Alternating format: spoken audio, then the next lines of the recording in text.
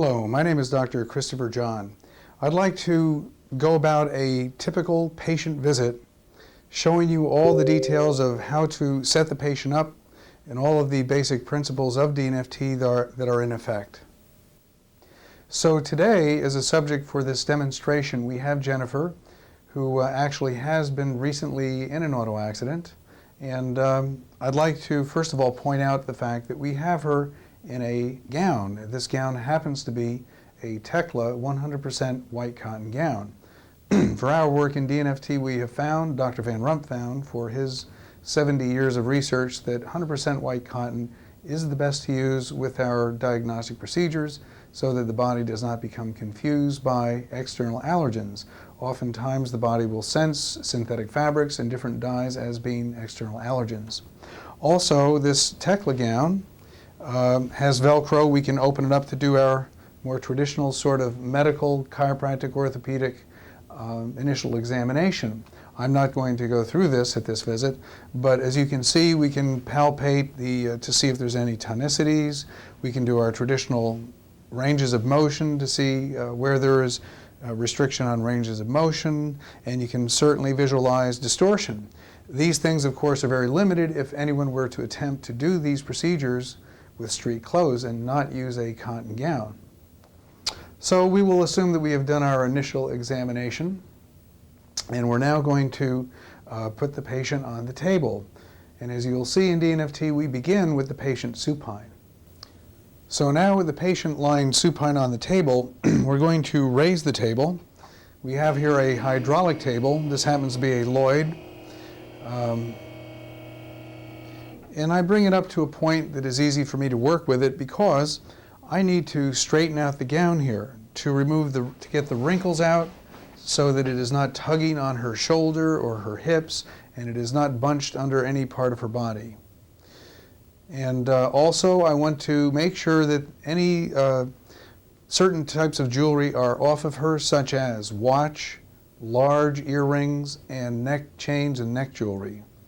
Certain wrist jewelry and rings seem to be fine, but these other things not only get in our way physically, but some of them can cause reactions in the body that are not helpful with DNFT. Okay, now we're going to put our attention on the lower part of her body here where her legs are on the foot of the table. This is very important to us as DNFT doctors.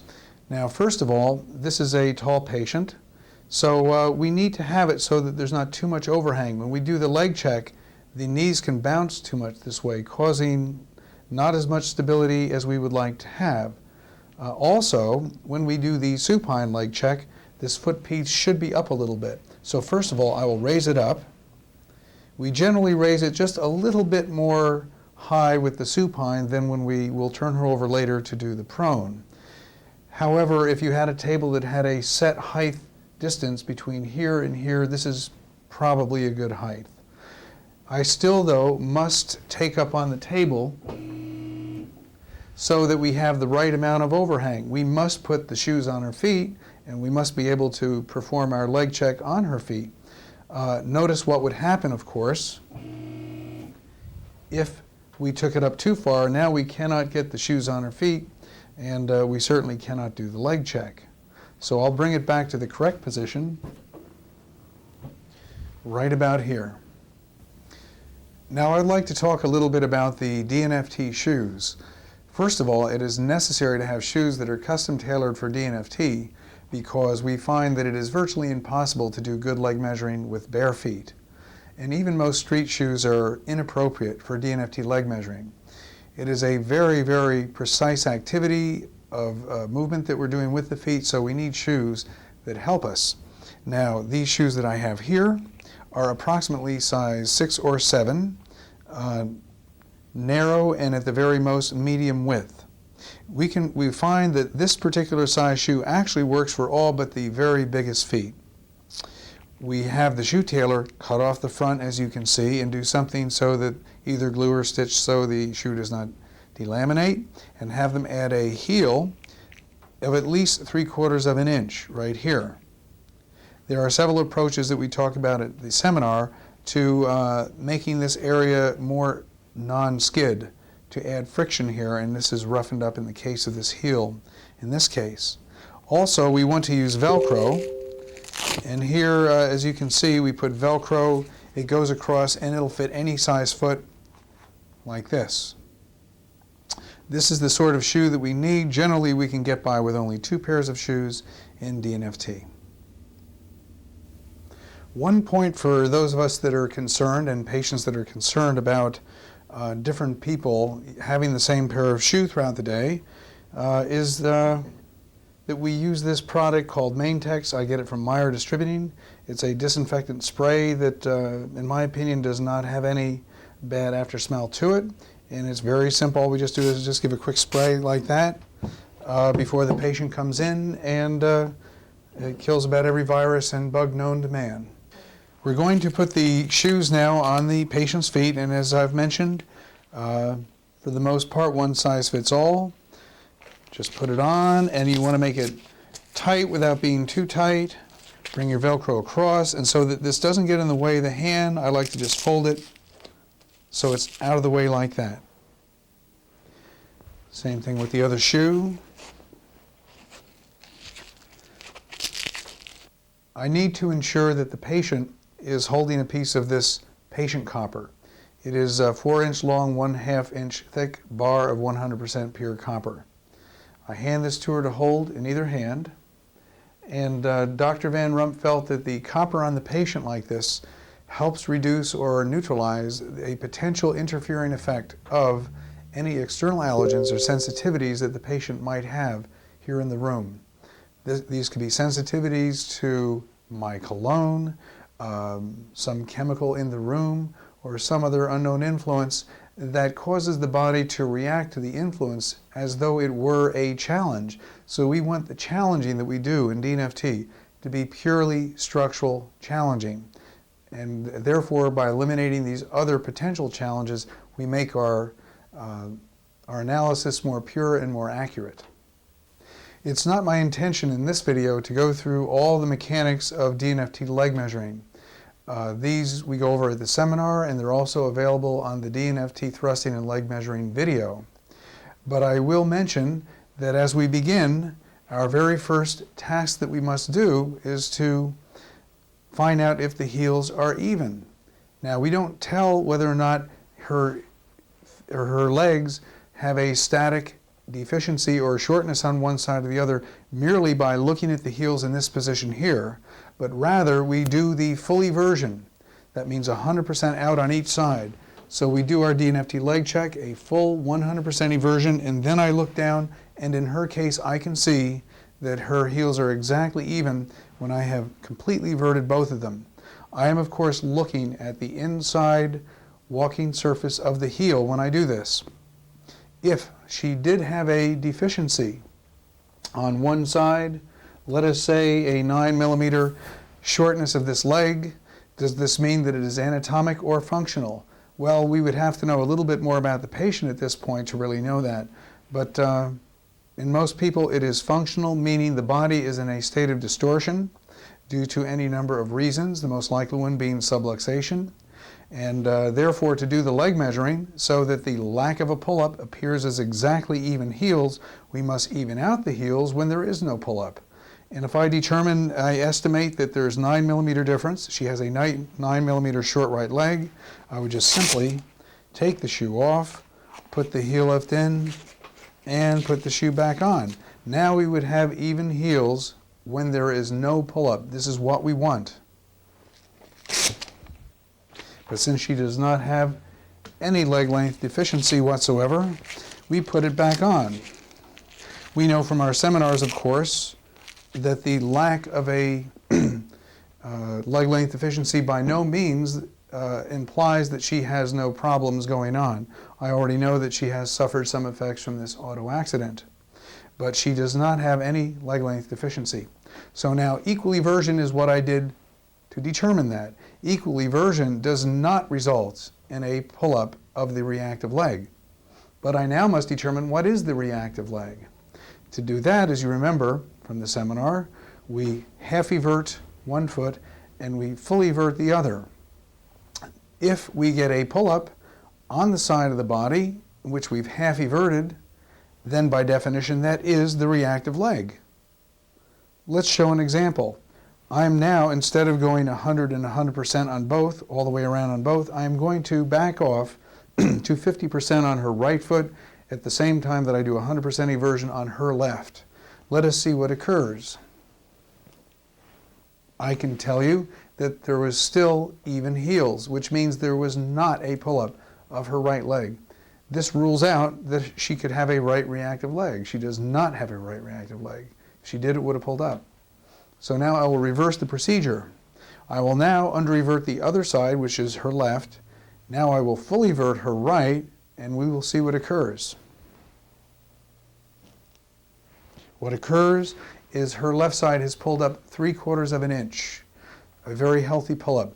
3/4 of an inch, the heel on her left appeared to be relative to the heel on her right. This tells me that by definition, she has a right reactive leg. If this were an initial visit and she had never had DNFT before, we would have to call this the temporary reactive leg. The temporary reactive leg is the one that is there before we correct the cranial pattern. I have pre-tested her and found that although I have not seen her for some time as a patient, she does not have a cranial pattern. This is quite typical because in DNFT, when we correct the cranials, we don't see them for years and years, perhaps never again. It is by far the most permanent adjustment that we do in DNFT. So in her case, I would put a mark, just a little hash mark here, that would indicate to me that she has a left reactive leg. Henceforth, whenever I challenge or test something, I always half evert the reactive leg and fully evert the other leg. I'll repeat that. Always when you challenge from then on, you always half evert the reactive leg and 100% or fully evert the other leg.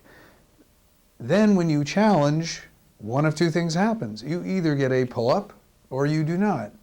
If you get a pull-up of the reactive leg upon testing for a subluxation, then the body is telling you directly that whatever you have challenged is misaligned and causing nerve interference in the direction in which you've just tested. On the other hand, if you test a structure, you do not get a pull-up or a shortening of the reactive leg, even though you did your under and over, 50%, 100%, but it did not pull up. That's the body telling you that that structure is not subluxated, or at least not subluxated into the direction in which you've just tested.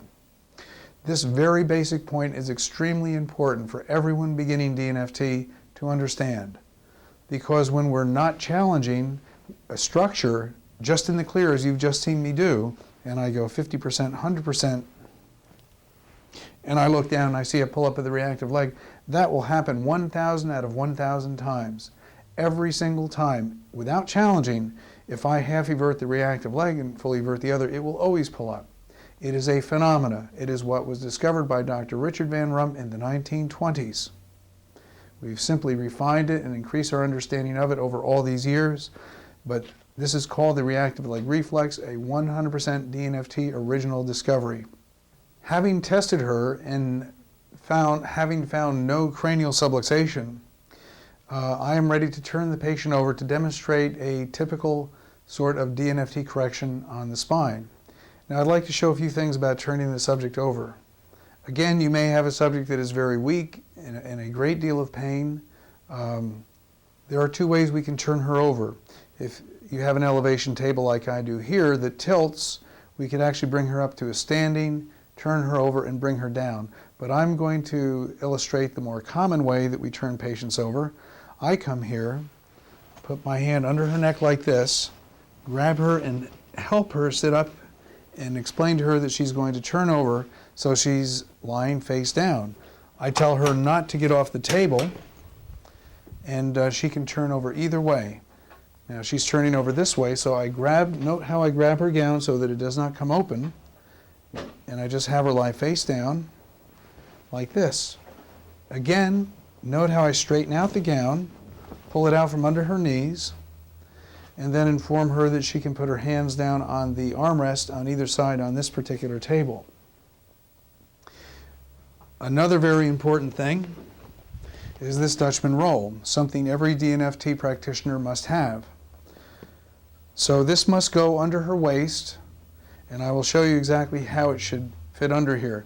I'll ask the patient to give me a push-up so that I can put this under her waist. Now she has long arms, she needs to push straight up. I put it underneath and have her come down. She has long arms and not every patient can push them down there to do it. Sometimes they have to bring their hands and arms up to the upper level here. But where do we want this Dutchman roll? This Dutchman roll must be under the patient at a certain place to take advantage of the lumbar flexion that it produces. Oftentimes patients feel more comfortable with it further down underneath their pelvis. But we want, I would say, the center of the Dutchman roll here to be right about at the top of the crest. So here's the top of her crest, here's the center of the Dutchman roll, right about like that. That offers us the forward flexion that we want in the lumbar spine so that we may accurately palpate, body mark, and do corrections that are more effective. The next step is to perform our DNFT palpation and our body marking. There is a 50-minute video that we have on this called DNFT palpation body marking, so I'm not going to go into the detail that we do on that video, but I will show you how we put a mark at the PSS's, palpate for the top of the crest, mark that off. L4 should be in the center there. So on her we have L5, 4, 3, 2, 1, and a cross at T12. I like to put a little vertical line where the sacrum is down here. So we mark off all the lumbars, not on the inner space, but on the prominent part of the spinous process. Then we don't mark off every vertebra, but we do mark off, we palpate 11, 10, 9, 8, and we mark off 8, 7, 6, 5, 4, mark off 4, 3, 2, 1, and we put another cross on 1 just as we did at T12. We then put a horizontal slash at C7 and a dot at C6, which on her is very palpable. When you get to this area here, we want to have the head in some forward flexion to be able to palpate this area.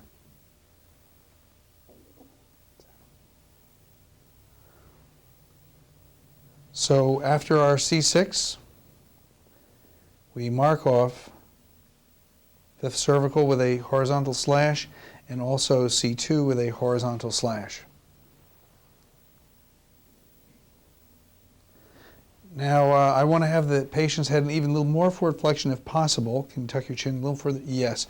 Now see, on her that helps tremendously. That helps me palpate the fifth cervical, 4, 3, 2, much more easily. So we are now set up to begin our DNFT analysis to find and correct subluxations. I want to talk a little bit about what is going on down here at the feet before I begin to do the analysis. Notice that as she lies prone, that her feet overhang too much here. We don't want so much distance because, see, this can occur. So I'm going to bring the table up to diminish that distance. Also, if you happen to have a table or use some sort of a roll that brings her legs up like this, there is a point of diminishing returns where that is helpful. Now if you have a low table and you put something underneath here, it will bring it up high enough so you don't have to bend down too far, which is desirable. On the other hand, if you get up to a certain point, then the pull up of the leg translates through too much of an angle on the lower leg. So you do want this not to be too high. This is about as high as I would want it personally to be here. Another thing is when I come to do the leg check, I'm going to bring this up a little higher for my case here. As I come in here, I notice that her feet can be moved to make it easier for me. Now notice how her feet are lying on the footpiece here. It is possible for me to do a completely accurate leg check with her feet the way that they are. And there may be a day when you'll have a patient who that is their natural position and you're going to have to deal with it. However, For most people, you can make your job infinitely easier simply by taking the foot.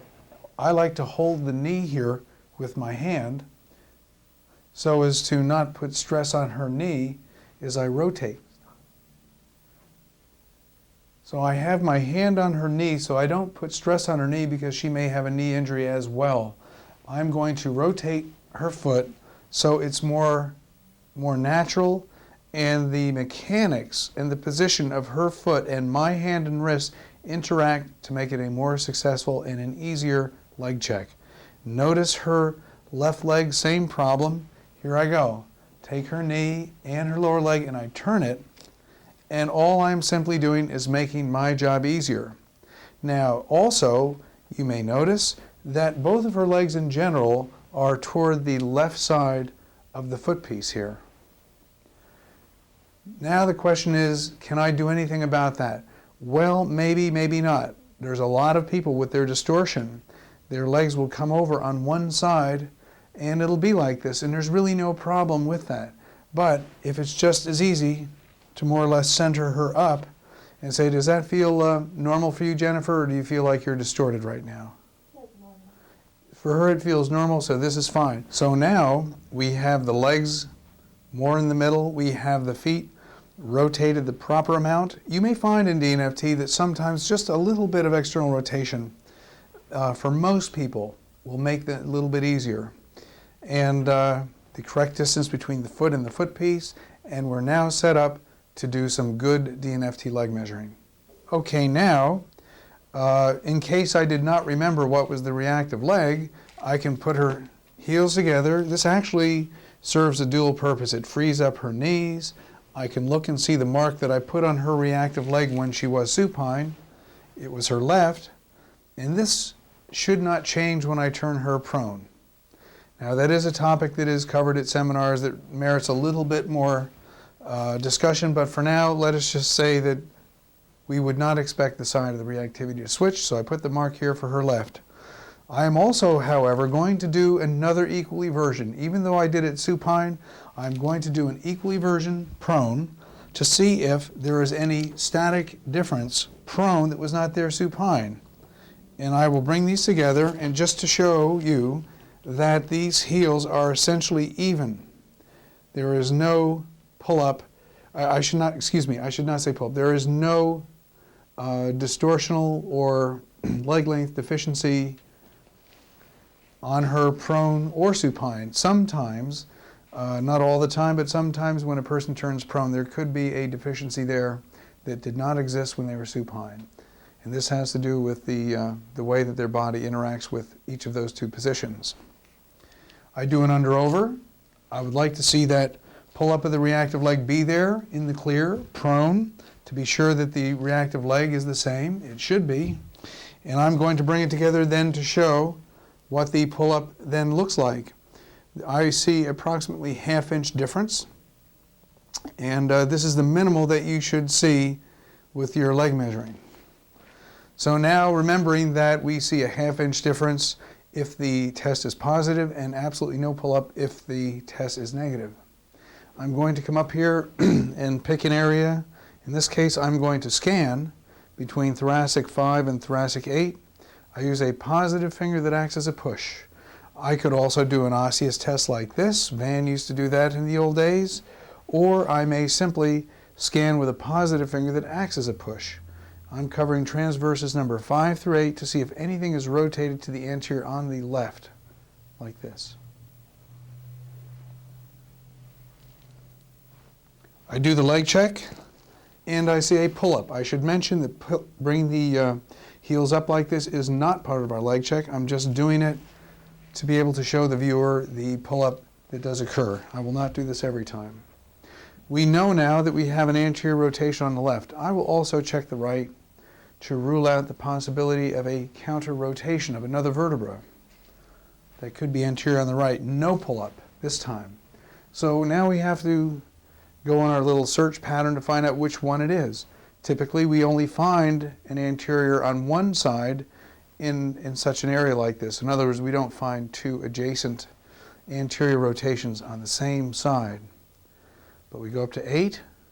I aim a positive finger where I know the transverse on T8 is, and I do get a pull-up of the reactive leg. Just to rule out the others, I will go up to 7 and I will scan 5, 6, and 7 on the left to see if either of those produce a reaction, and they do not. Therefore, we have found that the subluxated vertebra is T8 on the left. I mark off the transverse, connect it to the spinous process. I like to put a little hash mark on the side that is anterior. The next thing to see if it's following the rules for being typical. So I will push to the superior on the left to see if it's tilted that way. It is. That would be typical. Now I'm going to see if the laterality is to the left. I slide off the angle of the rib here onto the lateral aspect of the transverse, push right to left. Within 3 seconds or so, perform this maneuver on the feet. It is positive, the leg pulled up, and I will do a couple of other quick tests just to ensure that the ribs are typical. I'm using a negative finger to be sure that the ribs are posterior in mass, which is what we would expect them to be. There are some rules of the game where we don't have to challenge every other direction of the rib because we can assume that they are typical. So what we have here then is a rotation, tilt, spinous tilt, and rib subluxation of thoracic number 8. We always find all of these things together, not just one thing individually. And knowing all these subluxation listings, we're now ready to proceed with the correction. In correcting this vertebra, the sequence is important, and the very first thing I do is correct the rotation, tilt, subluxation listing on the transverses. This one is anterior superior, therefore this one is posterior inferior. So I take tissue pull, palpate for the transverse, take tissue pull to it, and back away, and my elbows coming together produce an impulse that corrects the rotation and the tilt. The next listing would be the spinous process. So what I do is I come underneath, gather tissue, not thrusting on the ligaments or the soft tissue, but just so that I do not lose my footing, and like so. I've now corrected the spinous process. Then I correct the laterality of the entire unit, vertebral unit. So I slide off the lateral aspect of the transverse. I slide off the angle of the rib onto the lateral aspect of the transverse and thrust like so. The vertebra is at this point completely corrected, and I'm going to adjust the ribs. This rib, I take contact on, I grab the tissue like this so that I do not slip, and I thrust against the rib like that. That unjams the rib on that side. The rib on this side is posterior and inferior, so we take our tissue pull. Again, I pinch the skin only so that I keep my footing and do not slip, and contact, back away, and elbows. That produces the impulse, which the body accepts because it is receiving that impulse in the right place, in the right direction, and the body accepts it as a corrective energy, translating it into the appropriate amount of force to correct the subluxation. Our next step is to challenge and get listings on the intervertebral discs and other soft tissues. So after correcting the vertebra and the ribs, I'm now getting set to analyze the soft tissues, the discs and the ligaments. The first thing I want to do, though, is at certain points along the way, I want to ensure that we are still dealing with a left reactive leg. Why would I suspect that it could change? Because we have learned from experience that it can change. Usually it doesn't at this point, but let us find out. So I select the reactive leg. Again, we always under-evert that, fully evert this, and in the clear it should pull up if it's still the reactive leg. 1, 2. And I can tell you that they are now even. This should have pulled up, but it does not. That tells me that there must be now a shift in the side of reactivity. Our interpretation of this is that we have caused enough change, positive change of course, in the body at this point to where the body now actually would compensate differently. That's what we feel the sign of reactivity relates to, the manner in which the body compensates. So therefore, I'm going to test the other side. Half evert the right, fully evert the left, and lo and behold, not only do we get a pull-up, but you might notice that this magnitude of pull-up is even a little bit more than before. So her body is very happy about what has happened up to this point. Generally, the magnitude of the pull-up, from pull-up to pull-up should be the same, but occasionally, if the patient's been a bit sick and the leg will shift quickly, you may see a little bit more magnitude here. So now I must mark, I'm going to put a 1 on her right lower leg here, indicating that's the first shift of the reactive leg, and from now on I undervert the right. I use the right. I'm going to challenge for an intervertebral disc. Aiming a negative finger, the negative finger acts as a pull. I'm going to be pulling this subluxated disc into the way that it is already being subluxated. Hold it for about a second or two. I do the leg check, and I see a pull-up of the reactive leg. Because her subluxation is typical, I do not have to challenge every sector that I will correct, just a couple of them. And now, with that much information, I am going to proceed to correct the discs using what we call a disc plexor. It's a little wooden dowel here, fashioned to be able to go into the intervertebral foramen. It is, we sell these, it's a 3/16 wooden dowel. This happens to have a rubber stopper on the end of it. I palpate for the intertransverse space. I come in at an angle going straight toward the center of the disc and a very light thrust. Palpating above, same thing there. There are a number of different directions to which we approach this disc. This was bilateral, posterolateral, above and below. I'm going to ensure that the disc is going lateral toward the side of the anterior transverse rotation, which we would expect, and it is. But I will also challenge to the other laterality, see if that disc is going over there, and in her case it is, which means we might refer to this as a pancake disc.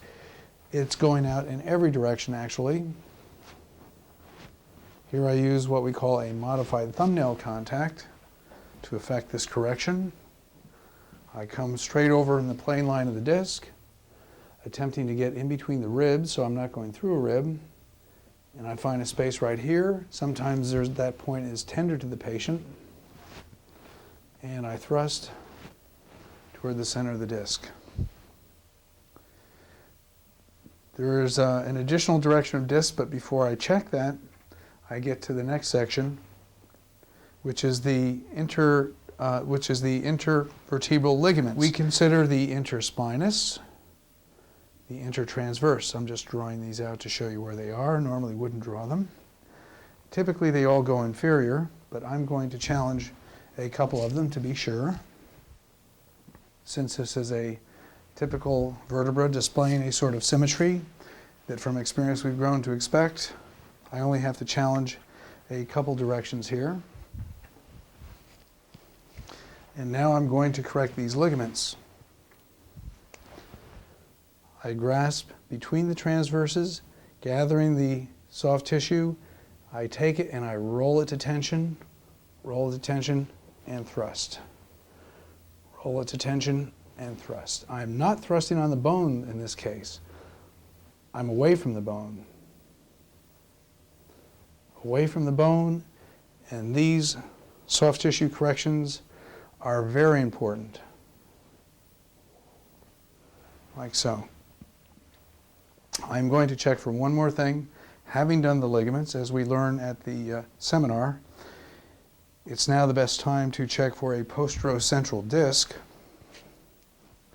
which she actually happens to have. So this is this makes this a bad subluxation, a little bit worse than the average.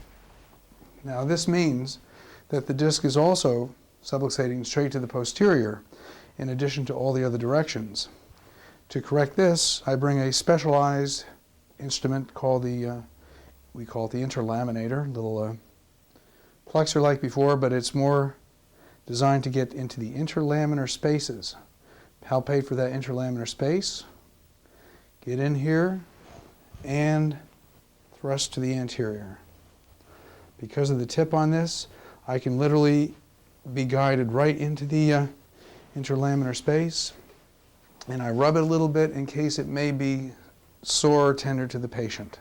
Now we're going to turn the patient over from prone to supine, and I just want to show you a good way to do that. I like to put the Velcro together, and then I ask the patient to give a little push-up so I can remove this Dutchman roll. And then I simply ask the patient to turn over, and notice how I keep the back together as she does so. As she's moving out, I put the headpiece together so that is flat. Hold my hand under her head, let her down carefully. And once again, I pull down on the gown to get the wrinkles out of the gown.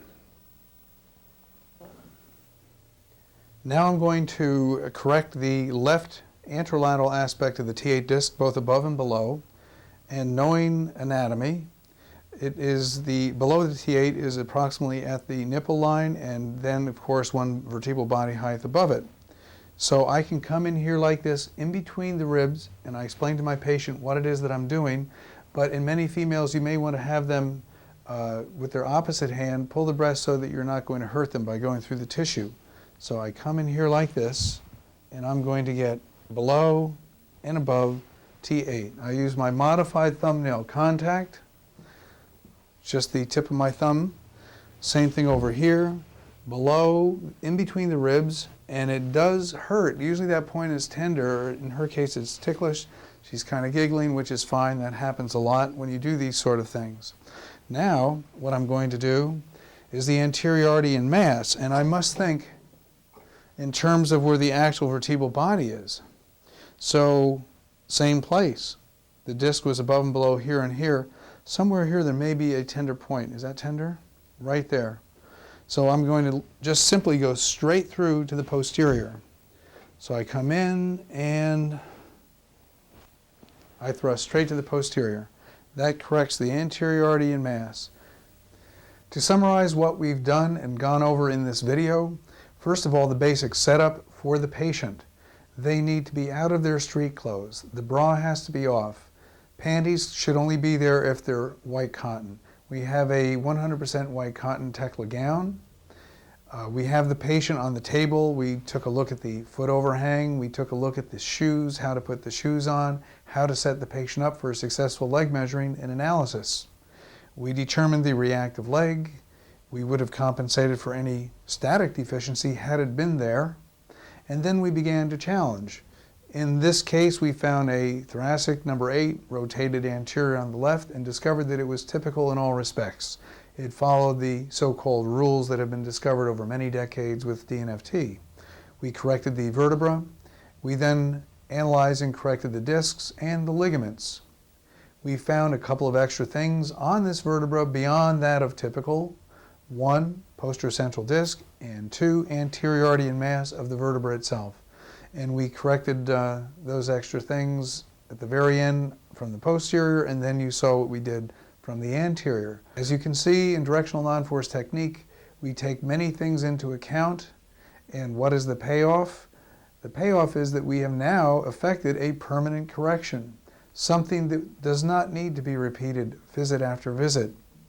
Patients will feel this. It is a deeper correction. It is something that is recognized and experienced as being profound and long-lasting.